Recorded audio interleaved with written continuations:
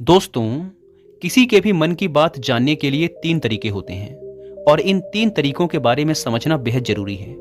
अगर आप इन 3 तरीकों को समझ लेते हैं, तो आप किसी की भी मन की बातें आसानी से समझ सकते हैं, जान सकते हैं। तो आइए इसे एक बोध कहानी के माध्यम से समझते हैं कि आखिर कैसे हम दूसरों की मन की बातों को जान सकते हैं, समझ सकते हैं। बहुत समय पहले की बात है। एक राज्य में एक छोटा सा गाँव था। उस गाँव में 2 भाई रहा करते थे। बड़ा भाई अंधा था, जिस कारण वह घर पर ही बैठा रहता था, और छोटा भाई खेती किया करता था। लेकिन खेती की जमीन जंगल के नजदीक होने से वहां बहुत अधिक जंगली जानवर आया करते थे, जिससे फसल का बहुत नुकसान होता था। इस बात से छोटा भाई बहुत अधिक परेशान रहता था। लेकिन एक दिन उसे एक तरकीब सूझी। उसने सोचा कि खेतों में से इन जानवरों को भगाने के लिए क्यों ना मैं अपने बड़े भाई की मदद लूं। वैसे भी बड़े भैया अंधे हैं और घर पर बैठे रहते हैं।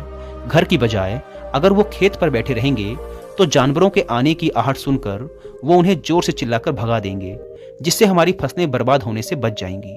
ये सब सोच विचार कर उसने अपने खेत पर ही एक छोटी सी झोपड़ी तैयार की और अपने अंधे भाई को उस खेत पर लाकर बैठा दिया और बोला, भैया, जैसे ही किसी जानवर के आने की आहट आपको सुनाई दे तो आप जोर जोर से चिल्लाना। आपकी आवाज सुनकर वो जानवर यहाँ से भाग जाएंगे और हमारी फसलें नष्ट होने से बच जाएंगी। बड़ा भाई छोटे भाई की बात मान लेता है और उस दिन से खेत पर ही रहना शुरू कर देता है। जब भी किसी जानवर की आहट उसे सुनाई देती तो वो तुरंत जोर जोर से चिल्लाना शुरू कर देता, जिससे वह जानवर उसके खेत से भाग जाते। ऐसा करते करते कई हफ्ते बीत चुके थे। तभी एक दिन उसके खेत में एक हिरण भागता हुआ आता है और उसके खेत की बाड़ को तोड़ता हुआ चला जाता है। लेकिन उसी हिरण का पीछा करते हुए उस राज्य का राजा भी उसके खेत में आ पहुंचा।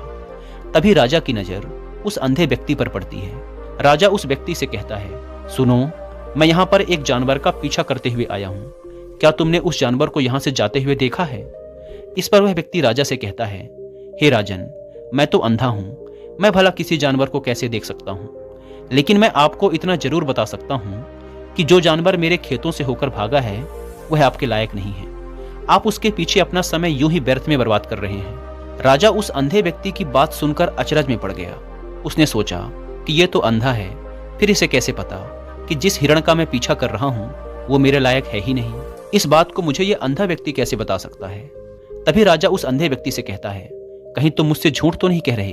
क्योंकि एक तरफ तुम कहते हो कि तुम अंधे हो और दूसरी तरफ तुम यह भी बता रहे हो कि जो जानवर यहाँ से भागा है वो मेरे लायक नहीं है। यह सुन वह अंधा व्यक्ति कहता है, हे राजन, जिसे आप एक हिरण समझ रहे हैं, असल में वो एक हिरण है ही नहीं, वो एक हिरणी है और वो भी गर्भवती है। और जहां तक मुझे ज्ञात है, मैंने आज तक किसी राजा को किसी गर्भवती हिरणी का शिकार करते हुए नहीं सुना है। और इसी कारण मैं आपसे कह रहा हूं कि वो हिरणी आपके लायक नहीं है। आप उसके पीछे भागकर अपना समय यूं ही बर्बाद ना करें। यह सुनकर वह राजा और भी अचरज में पड़ गया। वह सोचने लगा कि आखिर यह आदमी कैसे जान सकता है कि वो हिरणी है और गर्भवती है।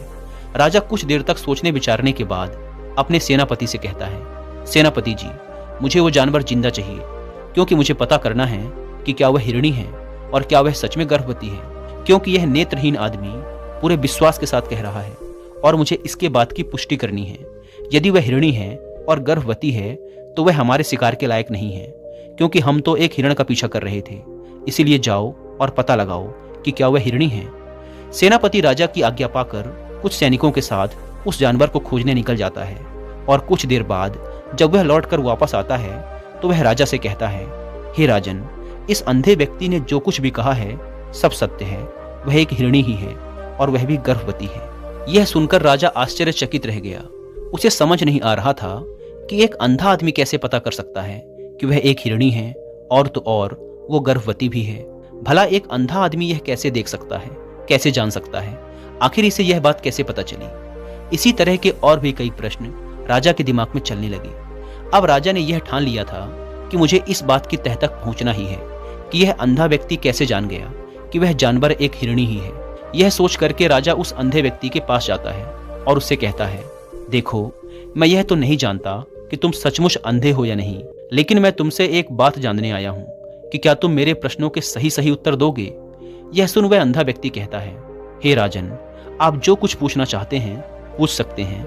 मैं आपके सभी प्रश्नों के बिल्कुल सच सच जवाब दूंगा। इस पर राजा कहता है, देखो, एक तरफ तो तुम कहते हो कि तुम अंधे हो, और दूसरी तरफ तुमने बता दिया कि जिस जानवर का पीछा मैं कर रहा हूँ वह एक हिरणी है, और तो और वह गर्भवती भी है। आखिर तुम्हें यह कैसे पता चला? तुम्हारे खेत में और भी तो जानवर आते होंगे, और भी तो जानवर यहाँ से गुजरते होंगे, फिर तुमने यह कैसे अंदाजा लगाया? इस पर वह अंधा व्यक्ति कहता है, हे राजन, आप जिस हिरणी का पीछा कर रहे थे वह हिरणी जब मेरे खेत में आई तो उसकी रफ्तार और उसके भागने के तरीके से मुझे यह समझ आ चुका था कि वह एक हिरणी है, और मेरे खेत की जो बाड़ है वो बहुत छोटी है, उसकी ऊंचाई ज़्यादा नहीं है। अगर कोई हिरण होता तो उस बाड़ को बड़ी ही आसानी से छलांग लगाकर पार कर जाता, लेकिन वह हिरणी इस बाड़ को तोड़कर भागी है। अगर वह इस बाड़ को छलांग लगाकर पार करने की कोशिश करती तो इससे उसके बच्चे को खतरा होता, और इसी बात से मैंने यह अनुमान लगा लिया कि वह गर्भवती है।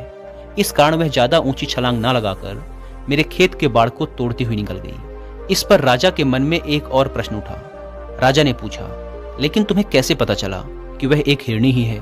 और भी तो कोई दूसरा जानवर बाड़ तोड़कर भाग सकता था। यह सुन वह अंधा व्यक्ति कहता है, हे राजन, मैं पूरा दिन सुबह शाम यहीं पर बैठा रहता हूँ, और मेरे सुनने की शक्ति भी बहुत तेज है। मैं केवल जानवरों के चलने के तरीके से यह भांप जाता हूँ कि कौन सा जानवर मेरे खेत में आया है, और फिर उसी के आधार पर मैं जोर जोर से चिल्लाता हूँ ताकि वह जानवर मेरे खेत से भाग जाए और मेरी फसलों को नुकसान न पहुंचा पाए। राजा उस अंधे व्यक्ति के ये जवाब सुनकर पूरी तरह से संतुष्ट हो चुका था।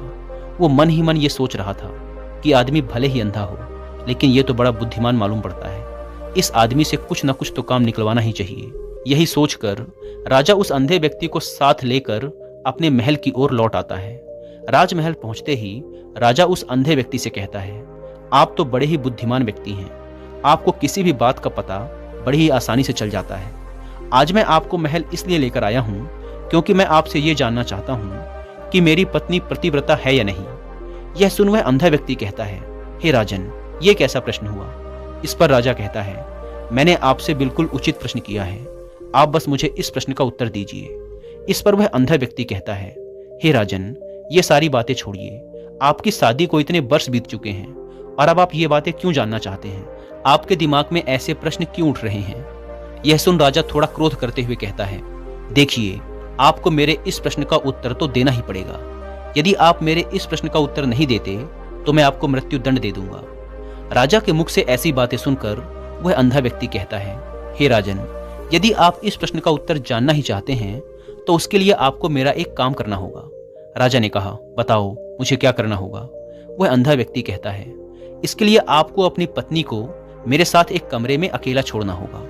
उस अंधे व्यक्ति के मुंह से यह बात सुनकर राजा पहले तो क्रोधित हो जाता है, लेकिन फिर कुछ देर तक सोच विचार करने के बाद वह उस अंधे व्यक्ति की बात मान लेता है और अपने मंत्री से कहता है, मंत्री जी, मेरी पत्नी को और इस अंधे व्यक्ति को कुछ देर के लिए एक कमरे में अकेला छोड़ दो। मंत्री बिल्कुल ऐसा ही करता है। अब रानी और वह अंधा आदमी एक कमरे में बंद हो चुके होते हैं। तभी वह अंधा आदमी शर्माते हुए रानी से कहता है, मुझे आपको छूना है। इस बात पर रानी अत्यधिक क्रोधित हो जाती है और उस अंधे आदमी को पकड़ पकड़ कर पीटने लगती है, कभी लातों से, कभी हाथों से, तो कभी पटक पटक कर। इस तरह से उसने उस अंधे आदमी की बहुत पिटाई की। उसके बाद वह अंधा आदमी किसी तरह से अपनी जान बचाकर उस कमरे से भाग निकलता है और राजा के पास पहुंचकर राजा से कहता है, हे राजन, आपकी पत्नी पतिव्रता नहीं है। यह बात सुनकर राजा अत्यधिक क्रोधित हो उठता है और म्यान से अपनी तलवार निकालकर सीधा रानी के पास जाता है और रानी की गर्दन में तलवार रखकर क्रोध भरे स्वर में कहता है, रानी जी, आज मैं जो भी सवाल आपसे करूंगा उसका मुझे एकदम सच सच जवाब देना। अगर आपने एक भी शब्द झूठ बोला तो मैं आपका सर धड़ से अलग कर दूंगा। इसके बाद वह राजा कहता है, आप मुझे बताइए कि आप पतिव्रता हैं या नहीं। इस प्रश्न के उत्तर में रानी कहती है, हे राजन, आप भले ही इसी क्षण मेरा सर धड़ से अलग कर दीजिए, लेकिन मैं पतिव्रता नहीं हूं। राजा यह बात सुनकर बहुत प्रसन्न हुआ क्योंकि उस अंधे आदमी ने जो कहा था वह एकदम सच निकला। यह बात सुनकर राजा तुरंत ही उस अंधे आदमी के पास पहुंचता है और उस अंधे आदमी से कहता है, तुम्हें कैसे पता चला कि मेरी पत्नी पतिव्रता नहीं है? यह सुन वह अंधा व्यक्ति कहता है, हे राजन, बड़ी सीधी सी बात है। मैंने तो आपकी पत्नी से सिर्फ इतना ही कहा था कि मुझे आपको छूना है, और इस बात पर वो इतना अधिक क्रोधित हो उठी कि क्रोध में आकर उन्होंने मुझे लात घूंसों से पीटना शुरू कर दिया। भला कोई पतिव्रता स्त्री किसी दूसरे पुरुष को कैसे छू सकती है? लेकिन उन्होंने ना आव देखा ना ताव, सीधा मुझ पर लात घूंसे बरसाने शुरू कर दिए। यह भी तो एक छूना ही हुआ, और एक पतिव्रता स्त्री कभी भी किसी पराये पुरुष को नहीं छूती। जब मैंने उन्हें छूने के लिए कहा था तो वो उसी समय मुझे मना कर सकती थी, लेकिन उन्होंने तो मुझे पीटना शुरू कर दिया, और देखते ही देखते उन्होंने मेरे पूरे शरीर को छू लिया। अब आप ही बताइए, ऐसी स्त्री भला पतिव्रता कैसे हो सकती है? इस पर राजा प्रसन्न होते हुए कहता है, तुम तो सच में बहुत ही बुद्धिमान मालूम पड़ते हो। चलो ठीक है, तुम मेरे एक प्रश्न का और जवाब दो। अगर तुमने मेरे इस प्रश्न का एकदम सही सही जवाब दे दिया तो मैं तुम्हें यहां से जाने दूंगा। इसके बाद राजा उस अंधे व्यक्ति से पूछता है कि तुम मुझे बताओ, क्या मैं सच में अपने पिताजी का ही बेटा हूं या फिर किसी और का? यह सुन वह अंधा व्यक्ति कहता है, हे राजन, इस बात से आपका क्या लेना देना? आप किसी की भी औलाद हो, आप हैं तो इस राज्य के राजा, इसीलिए इस प्रश्न को जाने दीजिए। लेकिन राजा जिद पर अड़ जाता है और कहता है, नहीं नहीं, मुझे इस प्रश्न का एकदम सटीक जवाब चाहिए, अन्यथा यह प्रश्न मुझे हमेशा परेशान करता रहेगा। इसीलिए मैं इसका सही जवाब जानना चाहता हूँ। यदि तुम इस प्रश्न का सही जवाब दे देते हो तो तुम यहाँ से जा सकते हो, फिर मैं तुम्हें नहीं रोकूंगा। इस पर वह अंधा आदमी कहता है, हे राजन, इसके लिए तो मुझे आपकी माँ के पास जाने की भी कोई जरूरत नहीं है। मैं आपको अभी बता सकता हूँ कि आप किसकी औलाद हैं, लेकिन उससे पहले मैं चाहता हूँ कि आप मुझे वचन दें कि आप मुझ पर क्रोध नहीं करेंगे। राजा ने कहा, मैं तुम्हें वचन देता हूँ कि मैं तुम पर क्रोध नहीं करूंगा। इसके बाद वह अंधा आदमी राजा से कहता है, हे राजन, आप हैं तो अपने ही पिता की संतान, लेकिन आप पर एक कंजूस सेठ की छाया पड़ी हुई है। यह सुन राजा बहुत क्रोधित हो उठा और तुरंत तलवार निकालकर अपनी माँ के पास जा पहुंचा। वह वहां पहुंचकर अपनी माँ से कहता है, माँ, आप मुझे सच सच बताइए, क्या मैं अपने ही पिता का पुत्र हूं या नहीं? यदि आपने मुझसे सच नहीं कहा तो मैं यहीं पर अपने प्राण त्याग दूंगा। मुझे बताओ सच क्या है? यह सुन राजा की माँ कहती है, बेटा, है तो तू अपने ही पिता का पुत्र, लेकिन तुम पर एक कंजूस सेठ की छाया पड़ी हुई है। जब मैं एक बार नहाने के बाद अपना चेहरा आईने में देख रही थी, तभी उस कांच के पीछे मुझे एक कंजूस सेठ नजर आता है और उसी की छाया तुम पर पड़ चुकी है। यह सुन राजा बहुत खुश हो जाता है और वह तुरंत भागता हुआ उस अंधे आदमी के पास पहुंचता है और उस अंधे आदमी से कहता है, तुम्हें यह कैसे पता चला कि मुझ पर एक कंजूस सेठ की छाया पड़ी हुई है? यह सुन वह अंधा व्यक्ति कहता है, हे राजन, आपने मुझसे कई सारे सवाल पूछे जिनका मैंने आपको एकदम सटीक जवाब दिया है। यदि कोई और राजा होता तो इसके बदले अब तक मुझे ढेर सारे इनाम मिल चुके होते, लेकिन अब तक आपने एक फूटी कौड़ी तक नहीं दी है। इसी बात से मैंने अनुमान लगा लिया था कि आप बहुत कंजूस हो। यह बात सुनकर राजा जोर जोर से हंसने लगा और कहता है, तुम बुद्धिमान होने के साथ साथ चतुर भी हो। तुम मुझसे जो कुछ मांगोगे मैं तुम्हें जरूर दूंगा, लेकिन उससे पहले तुम मुझे ये बताओ कि तुम्हें कैसे पता चल जाता है कि कौन सी बात सही है और कौन सी गलत? तुम किसी भी प्रश्न का इतना सही और सटीक जवाब कैसे दे पाते हो? इस पर वह अंधा व्यक्ति कहता है, हे राजन, मैं तो वैसे भी अंधा हूं। यदि मेरी आंखें होती तो मैं किसी के भी मन की बात बड़ी आसानी से जान लेता। मन की एक भाषा होती है और यह भाषा मनुष्य के शरीर के व्यवहार के रूप में देखी जा सकती है। उसकी आंखों से, उसके होठों से, उसके काम करने के तरीके से, उसकी आवाज और उसकी क्रियाओं से यह पता किया जा सकता है कि उसके मन में क्या चल रहा है। इसके आधार पर हम किसी की भी मन की बातें जान सकते हैं, परंतु मैं तो नेत्रहीन हूँ, देख नहीं सकता, इसीलिए मैं क्रियाओं से देखता हूँ।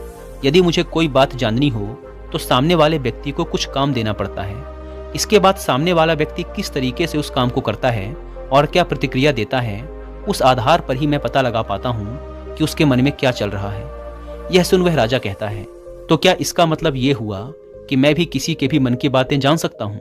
इस पर वह अंधा आदमी कहता है, निश्चित रूप से आप भी किसी भी व्यक्ति के मन की बातें जान सकते हैं, जिसके लिए आज मैं आपको 3 तरीके बताने वाला हूँ, और ये तीनों ही तरीके बहुत आसान और सरल हैं। लेकिन हे राजन, उससे पहले आपको अपने ऊपर काम करना होगा, और वह काम है अपने मन को शांत करना। आपको अपने मन को वर्तमान में लाना होगा, ध्यान को एकाग्र करना होगा। जब हम अपने मन को एकाग्र करते हैं, वर्तमान में लाते हैं, तो हम दूसरों के मन की बात जान सकते हैं, क्योंकि वह आदमी अभी भी अपने मन में वर्तमान में ही सोच रहा है। इसलिए हमें भी मन को वर्तमान में ही लाना होगा, तभी हम उसके मन की बातें जान सकते हैं। यदि हम अपने अतीत के विचारों में डूबे हुए हैं तो वह अगला आदमी जो कुछ भी वर्तमान में सोच रहा है, अपने मन में बातें कर रहा है, वह हम कैसे जान पाएंगे? क्योंकि हम तो उस समय अतीत के विचारों में खोए हुए हैं। इसीलिए किसी के भी मन की बात जानने के लिए हमें सबसे पहले अपने मन को एकाग्र